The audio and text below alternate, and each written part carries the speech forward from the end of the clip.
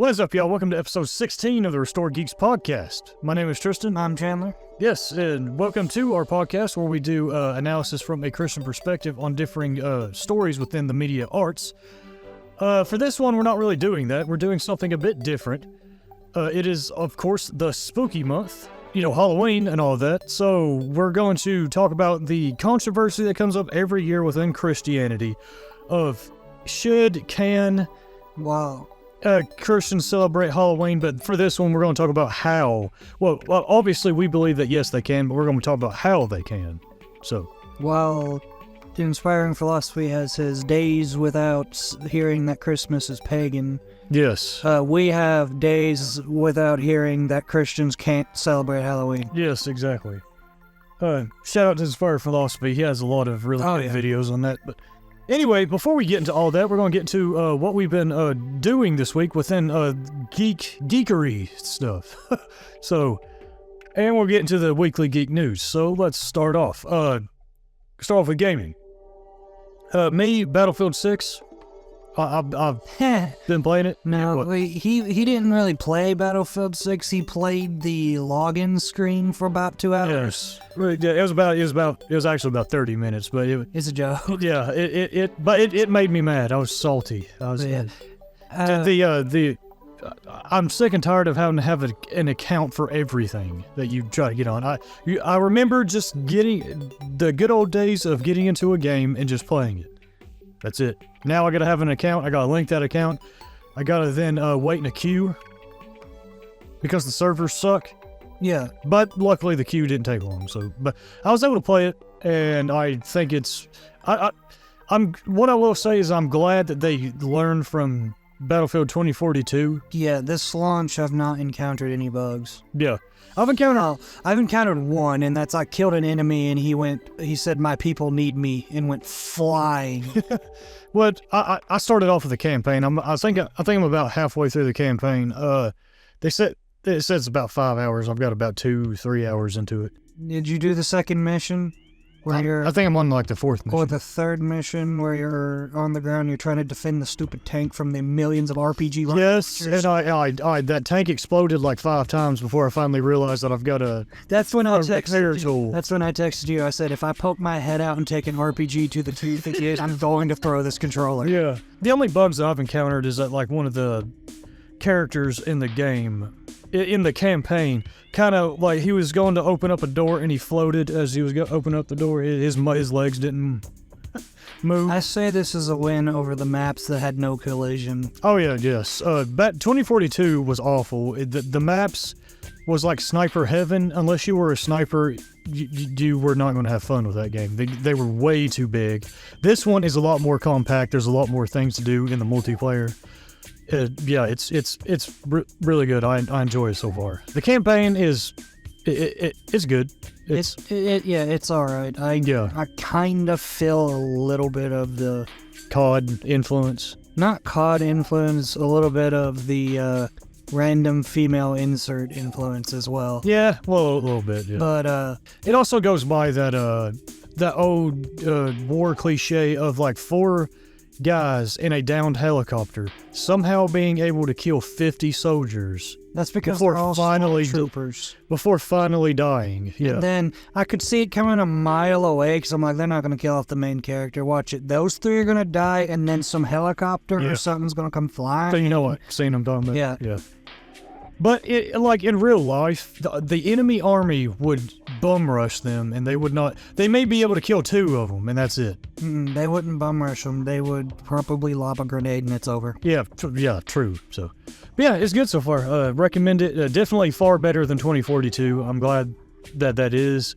So yeah, been having fun. That's all I've been. We will be keeping a close eye on EA for something that's in my topics coming. Yes, yep. What about you, John? What have you been playing? I've been playing Digimon. Really? The new one. Is it good? Yeah, it's better than Pokemon. I'd say so. I mean, Pokemon. Sue them. I dare you, Nintendo. They can't. Digimon's been out for since the 90s. So. Yeah, so has Pokemon. Yeah. So Digimon's made its own thing, so Pokemon can't even touch it. Yep. Yeah. But I've also been playing Battlefield. Same thing. Did some of the campaign. I enjoy it so far. Yeah. I did get on and do a multiplayer match today, this morning, and it was probably the most unfun experience I've had in a video game in a while. How come? Because there's a dude running around with a shotgun with the range of a sniper rifle. Oh, yeah. I do not know why they have that much range. Last night I played a multiplayer match, and I got up to an enemy tank. However, I wasn't... Well, I was in close quarters. Okay. I got up to an enemy tank, and I did not have any mines or anything to do with it. So all I did was just get on top of it and teabag it for a few minutes until they finally got mad at me and got out and shot me. No, and the other thing is the respawn mechanic on the close quarters battles, which, by the way, close quarters not really mean close quarters. Yeah.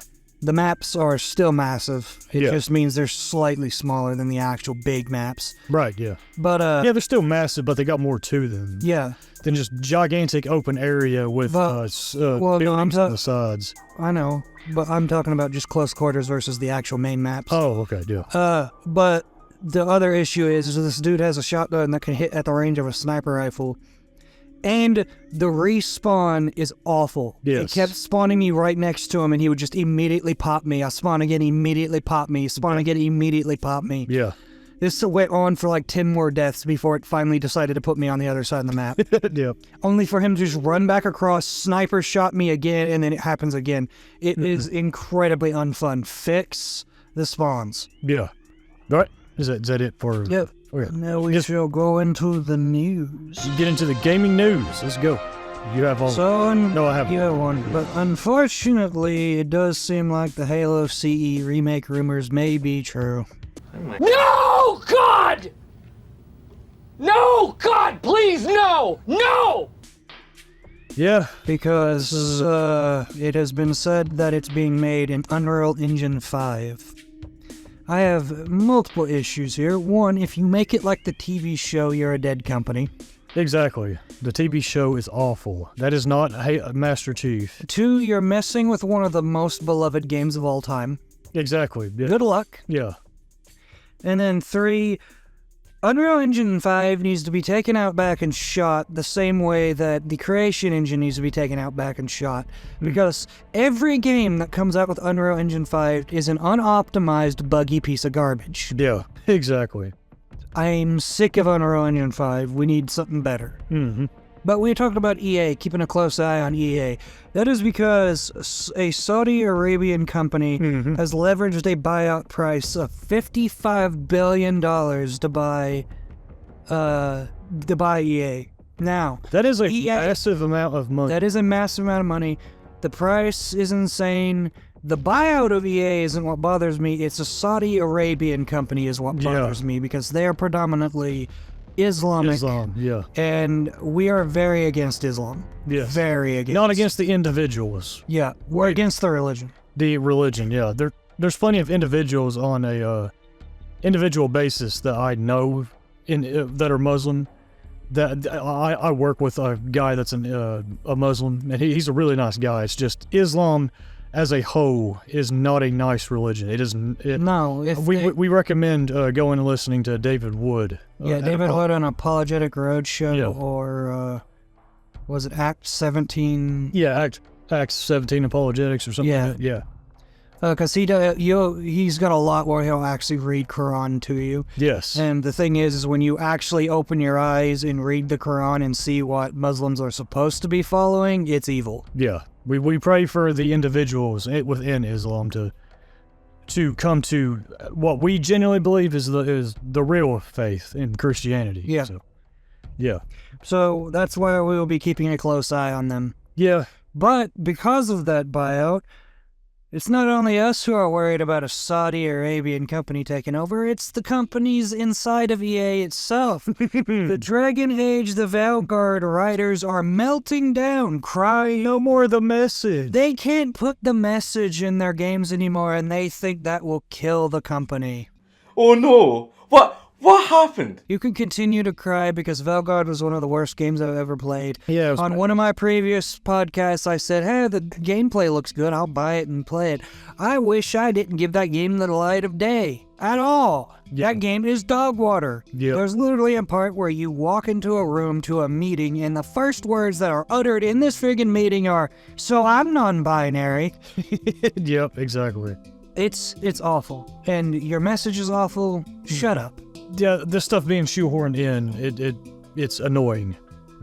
It's annoying, it's stupid, it ruins games. Yeah. Because it's never done well at all, and that's honestly because it can't be done well. Yeah. An average, normal thinking person is never going to accept that there's more than two genders. Mm-hmm. They're never yes, exactly. They're never going to accept that women are exactly the same as men and can do literally everything the same. Yeah, exactly. It's we all have our different roles. Yeah. Yeah, so Xbox Game Pass is increasing their price to $30 a month, which is insane. And it's sad because I like Game Pass. I like the idea of having access to a ton of different games. It's just $30 a month is ridiculous. Now, and I can understand people I can understand people canceling their subscriptions. But I do want to bring this up because it's not just Game Pass, it's Game Pass Ultimate that's going up to $30 a month. What's the difference? The reason that this is making people mad is because Game Pass Ultimate is where day one releases come. Mm-hmm. So that's really the only difference. So day one, like if a new COD came out and you can... Yeah, you have to get the Ultimate to be able to get it. Yeah. Now, this is happening right as a new COD is coming out. Yeah. And they said they wouldn't do this. Yeah. Exactly. So, yeah, this is scummy, and I'm going to actually skip down to one of my other ones because this goes right along with it. The FTC, there is a woman on the FTC, I forgot her name, but she called out Microsoft, calling it an extremely damaging, and it's extremely damaging to consumers and consumer relations. Yeah, good. So, and they are possibly thinking about investigating them because they told them during the acquisition, you cannot make this a problem for actual consumers. Yeah. And now what are they doing? Exactly. They're making it a problem for the consumers. Mm-hmm. They're basically becoming a monopoly over that sort of industry of having like the Game Pass and all that. Yeah. So the FTC is now looking at them, so hopefully we'll see something actually come from that. Yeah. And the FCC stands for Federal Trade Center, right? Yeah, Trade Commission. Trade Commission, yeah. Well, that's good, yeah, because we need... It's their job to make sure that no company is being extremely scummy. Yeah. That's why back during the whole loot box craze, people were trying to get the FTC involved. Mm-hmm. Because loot boxes were absolutely predatory and honestly demonic. Yeah. In my opinion. Yeah. And I honestly think gotcha games are going there too. Mm-hmm. Or are already there. Yeah. So, alright, moving on. PS6 and Xbox consoles have been announced with a planned release date of 2027. Bruh. People were barely getting used to the PS5 and Xbox Not only that, Series S. a lot of people are actually looking to switch to Xbox because all the stuff that made PlayStation good, well, I don't know if they're switching to Xbox now because Xbox has shot themselves in the foot with the $30 Game Pass. Yep. But before that, people were thinking about moving to Xbox because all the things that made PlayStation good, Sony did not deliver at all this generation. Yeah. Now, there really isn't any standout exclusive that has came out for the PS6. No. I mean PS5 this generation, honestly. No, and I mean, with PS4 you had Bloodborne and all that, but yeah, PS5 it's none of the it. closest thing we got is, I would say the best release that we got on the PS5 was Ragnarok. Oh yeah, that was PS5, yep. But that was only one. That's one, yeah, exactly. I'm seeing a lot of videos out there saying Ghost of Yotai is a massive flop and all that. I've been trying to keep up with this quite a bit. I'm mad because unfortunately I don't think it's a flop. Yeah. I think they're going to probably break even, unfortunately. Yeah. Because there's too many people out there that are willing to disregard the fact that this company allowed somebody to make fun of a man's death, and all they did was fire them and tried to act like nothing happened. And they're all willing to just disregard that because vid game fun. Yeah. Exactly. It's dumb. The sales are down about 43% from Ghost of Tsushima. That sounds like a big number, but it really isn't. I don't think it is, and unfortunately I don't think it is. I wish it was way lower. Yeah. But then, like a lot of people are saying, a lot of the reason for that is that this is a samurai game coming out, and it's mostly selling in Japan because Japan is going to buy a game that's basically about feudal Japan without really looking into it because they're not part of the American politics. Yes, I mean, I get that. Yeah. Which I get that. Yeah. I just wish this game failed a lot harder because I don't want them to get away with this stuff. But it definitely hurt them though because the sales are way down. Stop! Don't buy it, please don't buy it. Well, I mean, we personally don't want to buy it, so yeah. But yeah, it costs the person, the main producer. I don't think they deserve anything. Yeah. Lastly, Black Ops 7 is probably going to sell decently well. I don't know. Well, yeah, of course. I don't know why people are acting like it's not going to sell well just because the beta wasn't played. Mm-hmm. Beta doesn't mean much. Yeah. It's still, it's COD. It's just COD. Mm-hmm. That's really all I can say about it. It's COD. It is. It's COD. The zombies are fine. I'm probably going to get it for the zombies because I want to play Transit Remake. Yeah. Just appeals to me. Right now, it's very popular to be on the negativity train, which is completely fine, by the way. Yeah. And I'm also on that train about the campaign. I doubt the campaign will be good. So that's why I don't care about it. And then the multiplayer is just, it's COD. Yeah. I'm probably not going to play it. I'm just going to continue playing Battlefield.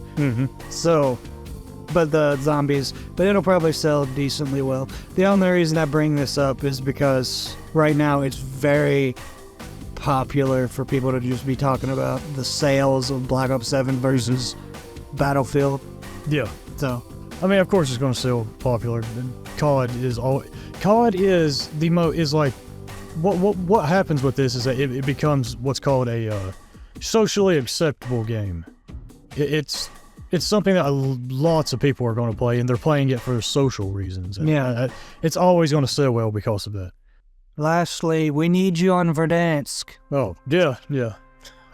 Just real quick, a funny story. Not really funny if you watch the video, it's creepy. Join us in Verdansk. We miss you. We need you. But Mr. Dialect JD got kicked off of zombies at the COD Next thing by one of the really creepy dudes there. Just walks up, put his hand around his shoulders like, we need you on Verdansk. I don't know. I just wanted to bring that up because it was kind of funny, and also, what is wrong with you all? Yeah, it was creepy. It was weird. Like, if you're going to host an event where people get to play your game, let them play your game. Yeah, exactly. You're going to get a lot more attention that way. Exactly, yeah. But anyway, that's all for the gaming. Yep. And now we're going to go into movies, which, what movies have you all been watching this week? I don't think I've watched this. We watched The Conjuring Last Rites. Without spoilers, how It's alright, just Conjuring. Is that right? Yeah. Same as the others. No, not as good as the first one. No. Way too much time spent on the family rather than the actual scares. Yeah. Tell me if you agree with this. I think that when it comes to horror stuff, they should stay one one-off story and not do sequels, because when you have the horror genre is such a they're gimmicks, and that they're great for the first time, but then when you try to do it for multiple sequels, the gimmick wears off. I can agree with that as long as the story's told in one movie. Something like It needed to.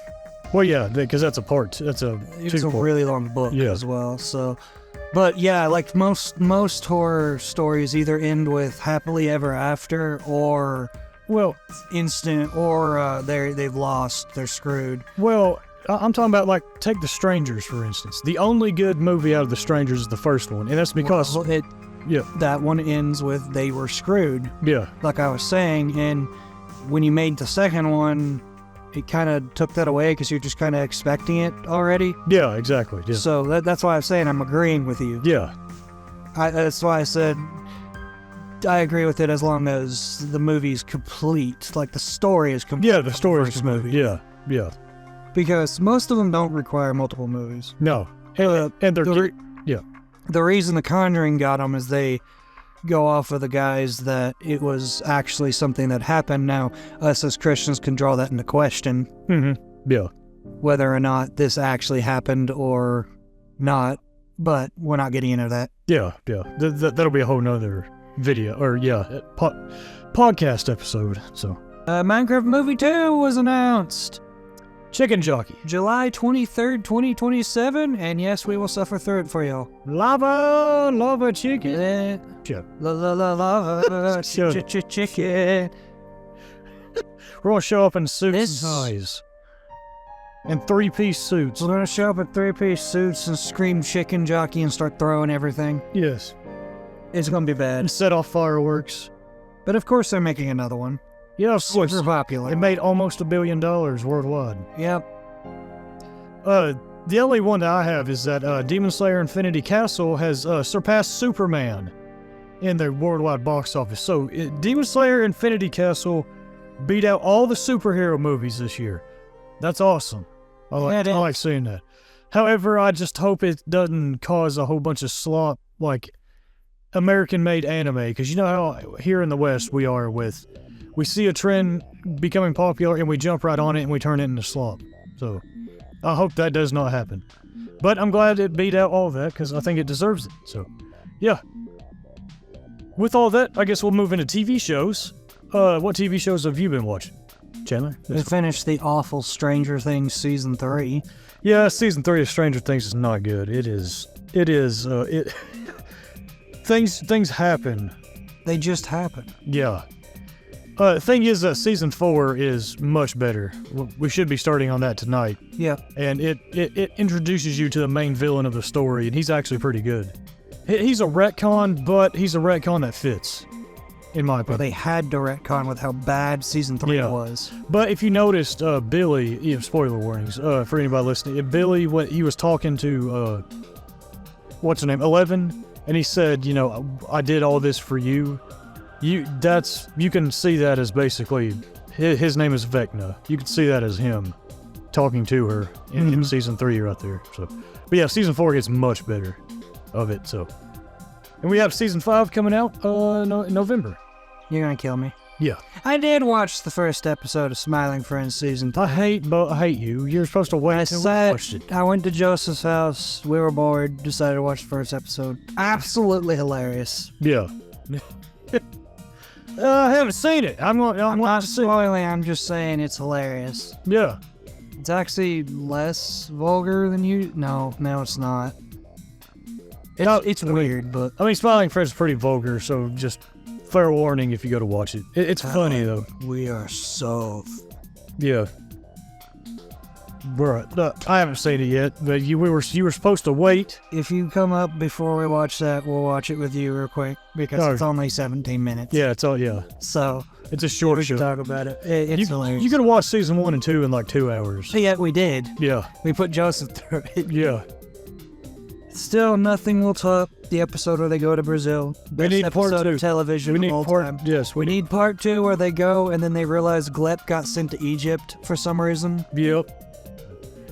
Anyway, yeah, that's all the TV show news that we had for this week, and now we're going to get into our main topic, which, it's going to be about Halloween and Christianity and a lot of Christians, there's plenty of videos out there talking about, like, can Christians celebrate Halloween? Should they? We're going to talk about how they can, because we do believe that Christians can celebrate Halloween. Yeah. We'll celebrate Halloween by carving crosses into our pumpkins and go door to door. Yes. How to turn people away from Christ 101. Yeah, we'll celebrate Halloween by telling everybody that they're inadvertently worshiping Satan while they're doing it. No, they're not. No. But we do believe that Christians can. Now, I don't like, when it comes to stuff like this, I can't stand when Christians use the language of should, or Christians should be doing this or doing that. The only thing that Christians should be doing is following God and spreading the gospel. That's all. That's the only thing they should be doing. Everything else is honestly what we as because we're Lutheran here, confessional Lutherans. What's called adiaphora. it's a doctrine that basically means, disputable, like the gray matter, disputable, things. Things that are left open for personal Christian freedom. Where it's going to come down to, it's going to be subjective. It's going to come down to whether or not the Christian is convinced in their own mind that they can do it.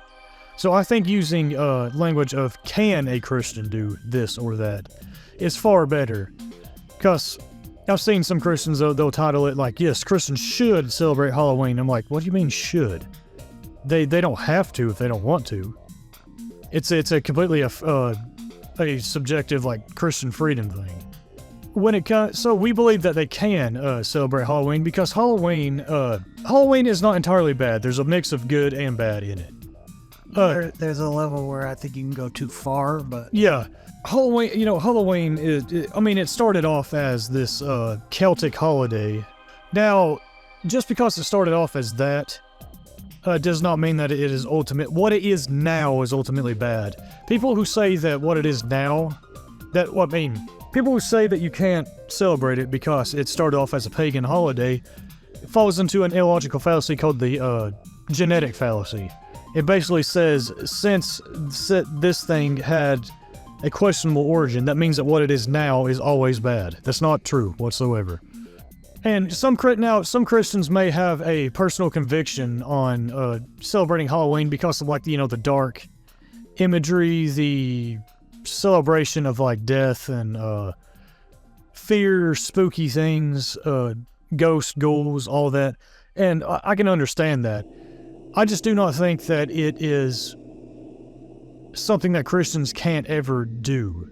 And I do think that there is some like going way too far in some Christians being like, well, you have like these ghosts and all that and these ghouls and goblins, like we shouldn't be we're making light of like evil things. And I can understand the thought process that comes from that, but a lot of that one is like fictional things, and most of it's usually like it depends on what it is. Like I don't mind the like cutesy ghost stuff. Yeah, I think saying that that's like making light of evil things is just you're reading too much into it. You're not just reading too much into it. You're reading your own conviction into it. Right. Trying to force it on somebody else when you say that. Yeah, well, it's just going too far. So we, Paul in 1 Corinthians talks about how he puts things into he calls disputable matters. He's mostly talking about meat sacrificed to idols. He talks about how the meat in and of itself is nothing. It's just meat. Yeah. But some Christians may have a personal conviction that since it was used in an idol sacrifice, that they should not eat it. And he basically brings up two different types of believers. The first believer is the one who has that conviction. And he says that since you are convinced that you should not be doing that, then it would be sin for you to partake in it, so don't partake of it. Unless you are thoroughly convinced that it's not. Well, unless you become thoroughly convinced that it's not. Then he talks about the ones that are not convinced of that. The ones that he calls them the stronger brothers. The first one is the weaker brother. The latter one is the stronger one. The stronger one is the one who understands that it's just meat. It's nothing. Like it was used in idol sacrifice, but I'm eating it to the glory of God. He talks about how it's fine for that for the stronger brother to partake of that. However, the stronger brother should not do it in front of the weaker brother and flaunt it in front of the weaker brother. So that there's a principle there of personal conviction things. One, the weaker brother should not bind the conscience of the stronger brother and tell them that he's in sin because he's doing something that they think is wrong for them to do. And then two, the stronger brother is to not prick the conscience of the weaker brother by flaunting their freedom in front of them. Yeah. So that principle we apply to every like. That's because I'm extraordinarily humble and I'm better than you. Yes. So there's that principle we as Christians should use on these disputable matters, which celebrating Halloween is a disputable matter. to those that don't want to celebrate it, we should not force them to celebrate it. Yeah. But to those of us that do celebrate it, we should not let the ones that don't want to celebrate it bind our consciences. So yeah, it's a completely Christian freedom thing. Now, how can those Christians that think that it's not bad, how can they celebrate it? Well, what I'm going to explain here is I'm not trying to bind the conscience and say that if you're not celebrating Halloween this way that you're wrong. Yeah. This is just me giving advice. That's what this entire episode is giving advice. This is how I celebrate it. Yeah, because there's different ways to celebrate Halloween. I do think you go a little too far if you've got like imagery of corpses being ripped open and stuff like that sitting on your lawn and all that. So. Yeah, I do think that imagery, gory imagery, and I do think honestly that using stuff like witchcraft and all that. Now, if it's like cutesy little witch stuff, I don't care. Yeah, if it's like a cutesy little witch, but if you have pentagrams, pentagrams or straight up pagan witch, like what's it called, Wicca signs and all that in astrology. I'm not a fan of that because we as Christians, we are called to stay away from that stuff. Yeah. And I do think that there is a line where it does make light of that kind of thing. If we decorate our lawns and houses with that type of stuff. Now, pumpkins, jack-o'-lanterns, cutesy ghost stuff, I don't think there's a problem with that. So, one way that I celebrate Halloween is that here at Restored Geeks, we do analyses on differing stories within the media arts from a Christian perspective. Well, during Halloween, what is the number one kind of story that people like to engage in? Scary stories. Horror. Yeah. We believe here that there is a place for horror stories in storytelling, even from a Christian perspective. There are tons of horror stories that have really good themes to them that you can pull from and analyze from a Christian perspective. Frankenstein has a big theme of playing God, and how dangerous that is. A lot of the vampire stories with Dracula and all that have big themes of lust and how unsatiable it is, with how they're constantly hungry for blood, but they're never satiated. And it's like a hell that they're in. Mm-hmm. And differing horror stories that have ghosts in them can definitely bring, or demonic possessions can definitely bring up conversations about that type of thing in real life. Like demonic possessions, are ghosts real? And how, we as Christians, we don't believe that ghosts are real. However, if there is a supernatural thing going on, it's more likely a demon. It's more likely the demonic, and we can have discussions on that. So during Halloween can be a great time to engage in good substantive horror stories.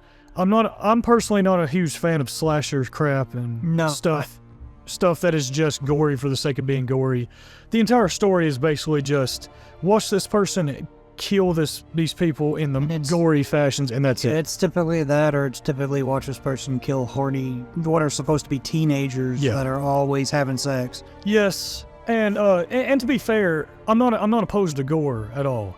Like for instance, I think that the first 4 Saw movies have fantastic stories to them that you can pull from, with John Kramer and all them. So yeah, I'm not opposed to gore. I'm opposed to gore for the sake of gore, for the sake of it just being there. Yeah. And the entire thing is that you find some weird pleasure in watching it, which I'm not. Terrorizer movies. Yeah, I'm not for those. Or Terrifier, I mean. Yeah, I don't recommend those movies at all. No. So yeah, good substantive horror movies, and use this time where everybody, especially your unbelieving neighbors, are watching horror movies to talk to them about this type of stuff. It can open up conversations about where you can bring up Christ, and you can eventually lead it to talking about the gospel. You can spark a lot of these really good conversations. So there's one thing.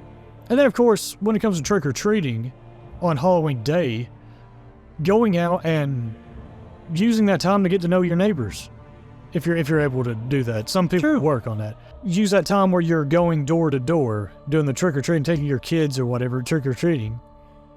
Use that time to get to know them. If you're having Halloween parties and all that. Now, when it comes to those, some Christians, they want to talk about how they think the dark imagery is bad for Christians to use. I disagree with that. I think the going out and partying and dressing up in really inappropriate, scantily clad stuff And partaking in getting drunk and all that is far worse than any of the dark imagery that happens during Halloween. A lot of people, engage in Halloween. And then obviously I also do not recommend engaging in stuff like seances, Ouija boards, any of that, because because you can't actually incite a demon. Yeah, that is trying to tap into anything that is trying to tap into the spiritual that God did not sanction. You can be entertaining the demonic, as Paul says in 1 Corinthians. So, be careful with that. Don't engage in any of that. But just social gatherings themselves on Halloween and going door to door, trick or treating, that is fine. I don't think there's anything wrong with that. No.